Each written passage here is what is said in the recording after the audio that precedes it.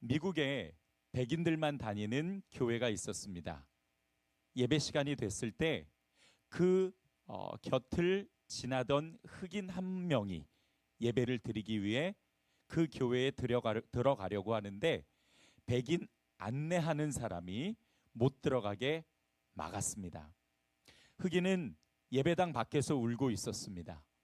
그때 예수님이 그에게 나타나셔서 너 왜 우냐? 라고 그렇게 물으셨어요. 이 흑인은 교회 안에 들어가 예배할 수 없어서 웁니다 라고 대답했더니 예수님께서 그렇게 말씀하시더랍니다. 울지 마라. 너만 못 들어가는 것이 아니라 나도 못 들어간다. 여러분, 과연 교회 안에서 차별이 존재하는 것이 옳을까요? 아마 누구도 그러면 안 됩니다 라고 대답을 하실 겁니다. 세상은 그래도, 교회는 그래서는 안 된다라고 대부분 성도님들은 분명 생각하실 거예요. 그러나 현실은 좀 다르지요. 교회 안에서도 이런저런 차별이 은연중에 존재하거나 또는 존재할 수 있습니다.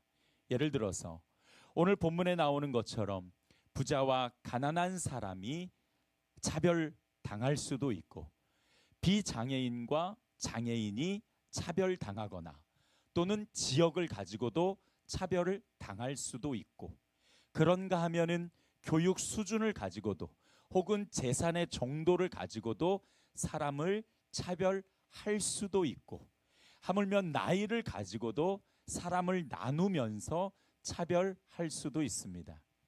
자신의 세계관이나 또는 자신의 성격과 맞지 않는 사람을 밀어내고 나누는 것도 역시 차별입니다. 이 차별이라는 뜻은 어떤 기준을 가지고 나눈다라는 뜻이 있습니다.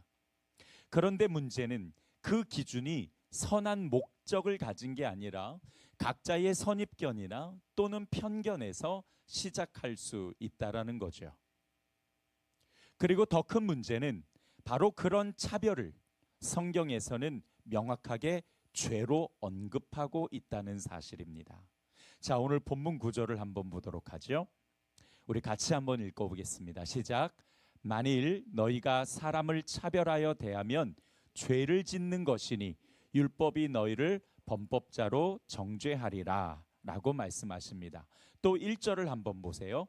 내 형제들아, 영광의 주 곧 우리 주 예수 그리스도에 대한 믿음을 너희가 가졌으니 사람을 차별하여 대하지 말라. 여기서 믿음을 가졌다라는 이 말은 원문으로 보면은 성도다운이라는 뜻입니다. 이 성도다운이라는 것은 하나님의 형상을 가진, 하나님을 닮아 있는 사람을 이야기하는 것이죠. 그러니까 하나님은 차별하지 않으시니까 너희도 차별해서는 안 된다. 그것이 성도다운 모습이다 라고 말씀하시는 겁니다.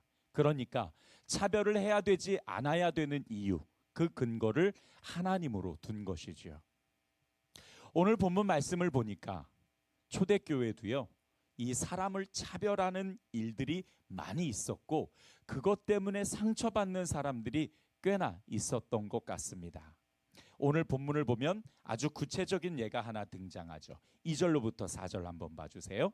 만일 너희 회당에 금가락지를 끼고 아름다운 옷을 입은 사람이 들어오고 또 남루한 옷을 입은 가난한 사람이 들어올 때 너희가 아름다운 옷을 입은 자를 눈여겨보고 말하되 여기 좋은 자리에 앉으소서 하고, 또 가난한 자에게 말하되 너는 거기 서 있든지 내 발등상 아래에 앉으라 하면 너희끼리 서로 차별하며 악한 생각으로 판단하는 자가 되는 것이 아니냐. 당시 초대교회는 잘 사는 사람들보다는 가난한 사람들이 훨씬 더 많았죠. 아무래도 예수님이 가난한 사람과 약자들에게 가까이 가 계셨으니까요. 교회 안에도 어려운 사람들이, 그리고 세상에서 약자라고 불리는 사람들이 훨씬 더 많았던 겁니다. 그런데 오늘 본문을 보게 되면 금가락지를 끼고 라는 단어가 나오는데, 이것은 당시의 부한 사람 혹은 지도자층에만 해당된 사람을 이야기합니다. 초대교회에 그런 사람들이 많지 않다 보니까 어쩌다가 부자 한 명이 교회에 들어오면 엄청 극진히 모셨던 거죠. 교회가, 초대교회가 그럴 수 있나? 이렇게 생각하실 수 있겠지만, 이런 모습은 초대교회뿐만 아니라 오늘날 현대 교회에서도 얼마든지 찾아볼 수 있는 모습이죠. 지금 두 사람이 성전 안으로, 우리 교회 안으로 들어온다라고 한번 가정해 보겠습니다.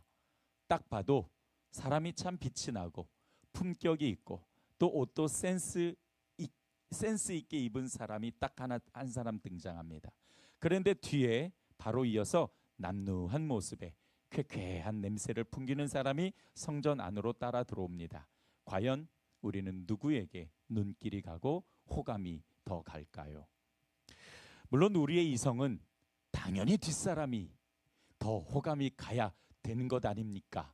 라고 생각하지만 본능은 그렇지 않죠. 그게 우리의 솔직한 심정입니다. 하나님은 옷을 근사하게 입었다고 해서 더 사랑하시거나, 금가락지를 손에 몇 개 끼었다고 해서 그를 더 호감 있게 생각하시거나, 또는 좋은 차를 탄다고 해서 더 친근하게 대하지 않으시죠.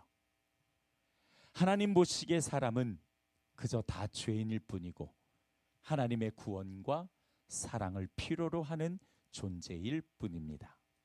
사람은 누구나 다 예수님이 필요합니다. 부자도, 가난한 사람도, 머리 좋은 사람도, 또 조금 머리가 좋지 않는 사람도 누구나 다 예수님은 필요하죠. 그런 시각으로 본다면 우리가 어떤 사람 내 겉모습을 보고 판단하는 것이 아니라 조금 더 하나님의 마음으로 대할 수 있지 않겠습니까? 오늘 본문 말씀을 한마디로 요약하면 차별 금지. 오늘 제목도 역시 차별 금지입니다. 여러분, 하나님께서 처음 사람을 만드실 때에 남자와 여자로 나누셨지만 이 남자와 여자는 동등하게 만드셨습니다. 이 말씀을 제대로 잘 모르면 우리 성도님들이 좀 오해하세요. 하나님께서 아담을 위해 하와를 만드신 것처럼 그렇게 생각하실 수 있어요. 그러나 본문은 그렇게 말씀하지 않습니다. 성경의 원문은 하나님께서 아담을 위해 하와를 창조하셨다라고 말씀하실 때에 그를 돕는 배필이라고 이렇게 말씀을 하시죠. 여기서 돕는다라는 이 단어는 동업자라는 뜻입니다. 여러분, 동업자를 퍼센트로 따지면 몇 대 몇입니까? 60대 40? 와, 그럼 돈 좀 더 많이 내면 60대 40도 가능하죠. 몇 대 몇이에요? 엄격하게 말하면 반. 네, 50대 50입니다. 그게 동업자입니다. 그러니까 아담이나 하와나 서로 동등한 위치에서 서로의 필요를 채워주는 동등한 존재였던 겁니다. 이렇게 하나님께서 처음 사람을 만드실 때부터 사람은 누구나 다 동등한 존재였다라는 거죠. 어떤 사람이든 간에 어떤 이유로든 차별받아서도 안 되고 차별해서도 안 됩니다. 아까 차별이라는 게 무슨 뜻이라 그랬어요? 자신의 기준으로 사람을 나누다. 따라서 합시다. 내 기준으로 사람을 나누는 것. 그게 뭐예요? 차별이에요. 어떤 이유를 대든지 간에 그 이유를 가지고 사람을 나누는 것. 이것이 차별이고 하나님은 그것을 명백하게 죄로 인정하고 계시다라는 사실입니다. 무엇을 가지고 있고 무엇을 입었고 어떤 말을 하고 어떤 게 불편하고 어떤 생각을 하든 간에 그 어떤 것은 차별의 이유가 될 수 없다라는 사실입니다. 왜요? 하나님이 누구나 동등하게 만드셨으니까요. 사람은 그냥 사람이라는 이유만으로도 충분히 존중받을 가치가 있는 것이죠. 잡으셨어요? 잡았으면 용서하고 못 잡았으면 나오셔서 노래 한 곡 하고 들어가시고. 못 잡으셨어요? 다음에 꼭 잡으셔야 합니다. 네. 괜찮아요. 모기한테 헌피하시는 것보다 잡으시는 게 훨씬 좋습니다. 사람은 누구나 하나님의 형상으로 만들어졌고 하나님의 계획과 기뻐하시는 뜻을 가지고 이 땅에 태어났어요. 그냥 그것만으로 사람은 존중받을 가치가 있다는 겁니다. 아멘이십니까? 오늘따라 유독 아멘이 잘 안 나오는 이유는 그래요. 사실은 우리가 그런 존재였기 때문이죠. 오늘 이 말씀을 준비하면서 저도 꽤나 많이 찔리고 꽤나 많이 하나님 앞에 죄송합니다를 얼마나 많이 외쳤는지 몰라요. 우리 모두가 다 사실은 오늘 말씀 앞에 자유로울 수 없지만 그러나 하나님께서 이 말씀을 우리에게 또 주신 것은 우리가 더 나은 사람이 되라고, 더 이상 죄에 묶여 있지 말고 하나님이 만드신 그 귀한 존재를 똑같이 사랑하라고 오늘 이 말씀을 주셨으니까 우리 옆에 계신 분에게 그렇게 고백해 주세요. 당신은 존귀한 사람입니다.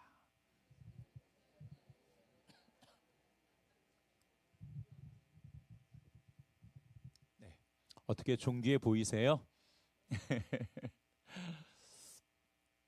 사람이 중요한 거지요. 그 사람이 무엇을 소유하고 있든 또는 어떤 모습을 보이든 그것이 중요한 것이 아니라는 점입니다. 자, 그렇다면 이제 오늘 본문 말씀에 의거해서 우리가 사람을 차별하면 안 되겠구나, 이것이 죄구나, 이것은 정말 심각한 문제구나 우리가 분명히 알았습니다. 그렇다면 이제 사람을 차별하지 않기 위해서 과연 내가 어떤 정신과 어떤 태도를 가져야 되는지 오늘 본문 말씀에 그 원리를 저희들이 함께 찾아서 적용점을 만들어 가도록 하겠습니다. 첫 번째, 우리는 누구를 판단할 자격이 없다라는 것을 꼭 기억하셔야 됩니다. 따라서 합시다. 나는 판단할 자격이 없다. 네, 아주 중요한 말씀이세요. 왜 자격이 없는지 우리가 분명하게 알아보죠. 만약에 우리가 누군가를 판단하게 되면 어떻게 되냐면 내가 스스로 하나님이 되는 죄를 범하게 되는 겁니다. 야고보서 4장 11절을 보면 형제들아 서로 비방하지 말라. 형제를 비방하는 자나 형제를 판단하는 자는 곧 율법을 비방하고 율법을 판단하는 것이라. 내가 만일 율법을 판단하면 율법의 준행자가 아니요 재판관이로다.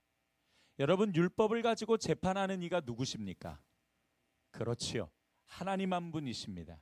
그 율법을 규정하시고 그 율법을 가지고 공의로 판단하시고 그리고 심판하시는 권한은 오직 하나님에게만 달려 있어요. 근데 내가 누군가를 비방하고 내가 나의 기준으로 누군가를 사람을 나눠서 편견을 가지고 대한다면, 차별한다면 그거는 곧 스스로 하나님이 되는 죄를 범하는 거라고 말씀을 하고 있는 거예요. 너무 무서운 죄죠. 이거는 틀림없이 사단이 주는 죄입니다.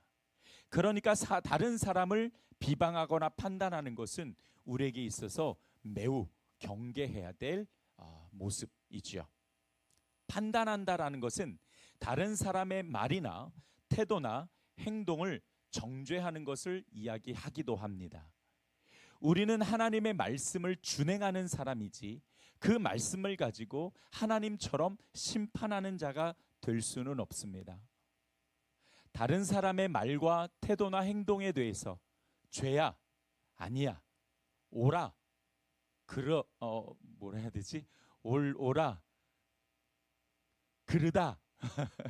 되게 어렵네요. 옳다, 그르다, 좋다, 나쁘다, 이렇게 말할 수 없다는 거예요. 목사님, 그러면 다른 사람의 분명한 잘못에 대해서도 우리는 옳고 그름을 이야기할 수 없는 겁니까? 라고 생각하실 수도 있겠지요. 여러분, 옳고 그름을 분별하는 의도와 기준은 매우 중요합니다. 의도가 어떤 의도냐, 그리고 그 기준이 명확하게 성경적으로 세워져 있느냐, 되게 중요하다라는 거예요. 그래서 성경은 판단할 수 있는 사람을 매우 제한적으로 둬요. 누가 판단할 수 있느냐? 영적인 사람, 즉 성숙한 사람만이 판단할 수 있다라고 말씀하십니다. 왜냐하면 여기서 성숙한 사람이라는 것은 분명한 하나님의 진리와 말씀을 가지고 있는 사람을 뜻해요. 그런 사람은 분명한 기준이 있죠. 그리고 선한 의도가 있기 때문에 판단할 수 있습니다. 다시 말하면 그 판단이 죄로 연결되지 않는다라는 거예요. 선한 의도가 아니거나 또는 부정적인 의도 혹은 성경적인 기준이 명확하지 않으면 누구나 다 이 비방과 판단 앞에 죄인이 될 가능성이 너무 많은 겁니다. 그래서 오늘 본문 4절에서도 너희끼리 서로 차별하며 악한 생각으로 판단하는 자가 되는 것이 아니냐라고 말씀하시죠. 차별하는 것 자체가 악한 생각으로 한다라는 거예요. 선한 의도가 들어있을 수 없다라는 겁니다. 특별히 성경에서는 판단하는 사람, 그 사람은 하나님의 심판을 받게 된다라고 말씀하실 정도로 굉장히 중죄로 다루고 있어요. 여러분, 열심히 신앙생활하고 하나님의 심판받는 일이 있으면 되겠습니까? 그러면은 안 되죠. 그러므로 우리는 누구를 함부로 판단하거나 또는 누구를 함부로 비방하거나 또는 누구를 함부로 차별하는 사람이 되어서는 안 된다라는 겁니다. 혹시 여러분이 다른 사람의 잘못된 부분을 발견했을 때 우리가 그거를 어떻게 해야 될까요? 그 사람의 잘못된 행동을 가지고 잘못된 말이나 또는 그러한 모습들을 가지고 다른 사람과 친한 사람과 가십거리로 이야기한다면 여러분은 스스로 하나님이 되는 중죄를 범하고 있는 겁니다. 또 같이 있는 사람이 그 이야기를 할 때 막지 않으면 그거는 스스로 죄를 유통시킨 또 다른 죄를 범하게 되는 것입니다. 마치 하와가 아담에게 선악과를 건네주는 것처럼 말이죠. 여러분 꼭 기억하십시오. 아무리 열심히 신앙생활해도 이 부분에서 우리가 너무 큰 죄를 가지고 있으면 나중에 하나님의 심판을 피할 수 없습니다. 그만한 중죄입니다. 그러면 어떻게 해야 될까? 다른 사람의 그른 부분을 발견했을 때 우리는 그 사람을 긍휼하게 바라보고 기도해 주어야 합니다.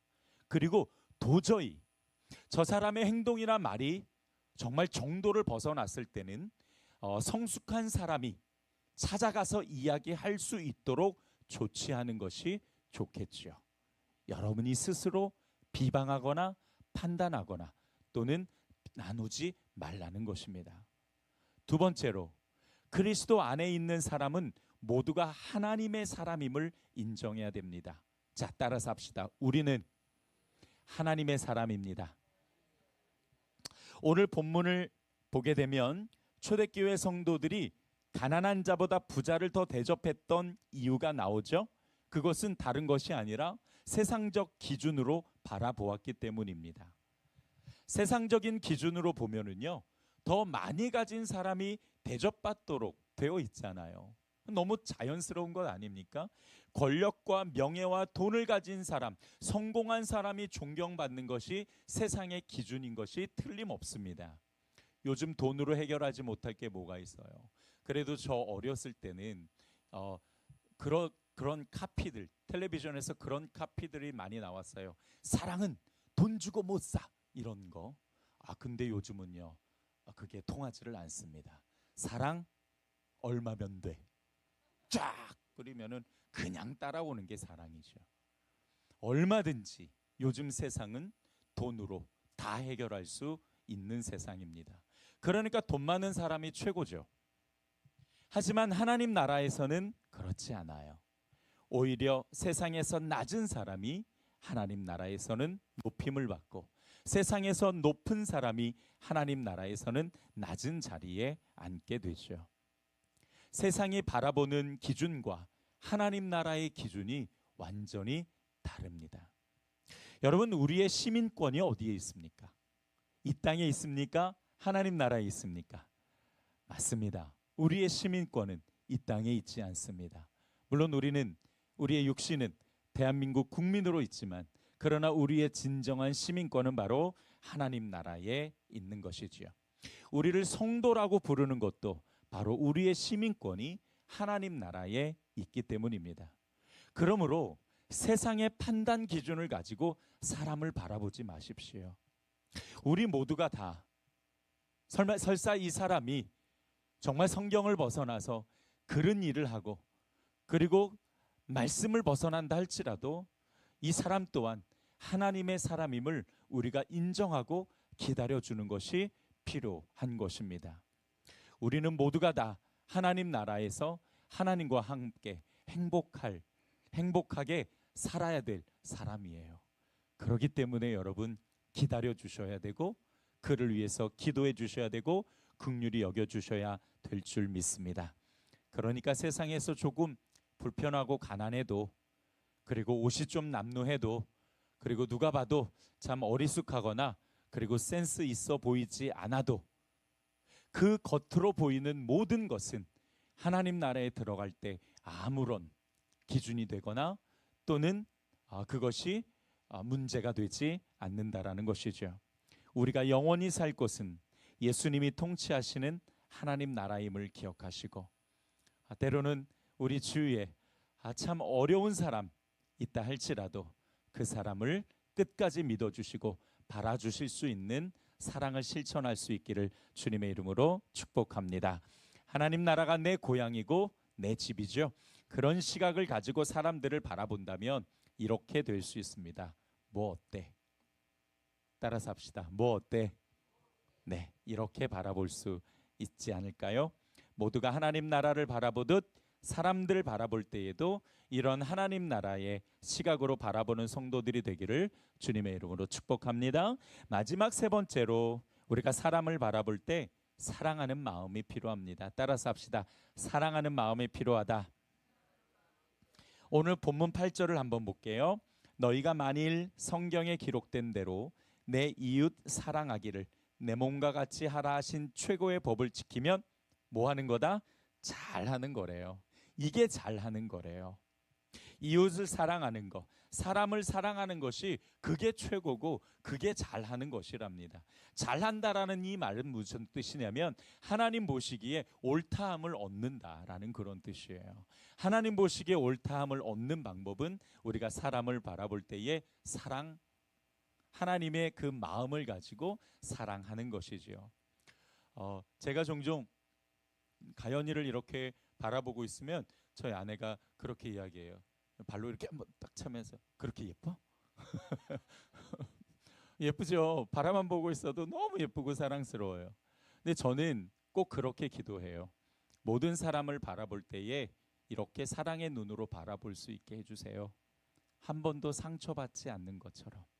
따라서 합시다. 한 번도 상처받지 않는 것처럼. 나한테 상처 준 사람이라 할지라도 한 번도 상처받지 않는 것처럼 이 사람들을 영혼으로 바라볼 수 있게 해달라고 참 많이 기도합니다. 여러분, 하나님이 우리를 바라보실 때 그렇게 바라보지 않으실까요? 우리가 하나님 마음 아프게 했던 적 정말 많잖아요. 그런데 하나님 그거 가지고 복수하지 않으세요. 한 번도 상처받지 않으신 것처럼 여전히 우리를 긍휼히 여기시고 여전히 우리를 사랑해 주시죠. 만약에 우리가 사람을 바라볼 때에 사랑을 더한 눈으로 바라보면 모든 것이 하나님의 시각처럼 공평해지지 않을까요? 어떤 조건이나 또는 외모나 어떤 가진 것 때문에 구별할 이유가 없어지는 것입니다. 그냥 다 똑같은 하나님의 사람이에요. 그렇게 바라볼 수 있다면 얼마나 좋을까? 우리 힘으로는 안 되지만 성령님은 또한 그것을 가능하게 하실 수 있습니다. 기도하면서 사람을 있는 그대로 사랑할 수 있도록 차별을 버리는 성도들이 되기를 다시 한번 주님의 이름으로 축복합니다. 말씀을 정리하겠습니다. 교회 안에서 차별은 무조건 금지입니다. 따라서 합시다. 교회에서 차별 금지. 네, 차별이란 무슨 뜻이라고요? 내 기준으로 사람을 나누는 것. 그 기준이 무엇이든 간에 나누면 그것이 차별이고 그것은 명백히 죄입니다. 안 하려고 우리가 정말 애를 쓰고 노력해도 쉽지 않겠지만 그러나 우리가 도전하고 그리고 또다시 도전해야 되는 것은 이것은 하나님 앞에 나아갔을 때 매우 중죄일 수 있기 때문에 우리가 이 차별을 버려야만 합니다. 차별을 없애기 위해서 우리는 사람을 겉모습으로 판단하려는 유혹을 버리고 모두가 하나님 나라 사람이라는 시각을 갖고 하나님의 사랑으로 그 사랑을 실천할 수 있는 우리 귀한 성도들이 되기를 주님의 이름으로 축복합니다. 주님 감사합니다. 오늘 말씀을 통해서 우리가 왜 스스로 기준을 가지고 사람을 나누고 차별하거나 비방하거나 판단하면 안 되는지를 오늘 말씀을 통해서 배웠습니다. 참 아픈 말씀일 수도 있고 또 정말 우리가 가능할까 이런 생각이 들 수도 있지만 성령님께서 우리를 도우시기 때문에 우리가 오늘 이 말씀을 우리의 삶에 또 우리의 신앙의 기준으로 삼아 하나님을 향해 나아갈 수 있는 성도들이 되도록 인도하여 주시옵소서. 예수님의 이름으로 기도드렸습니다. 아멘.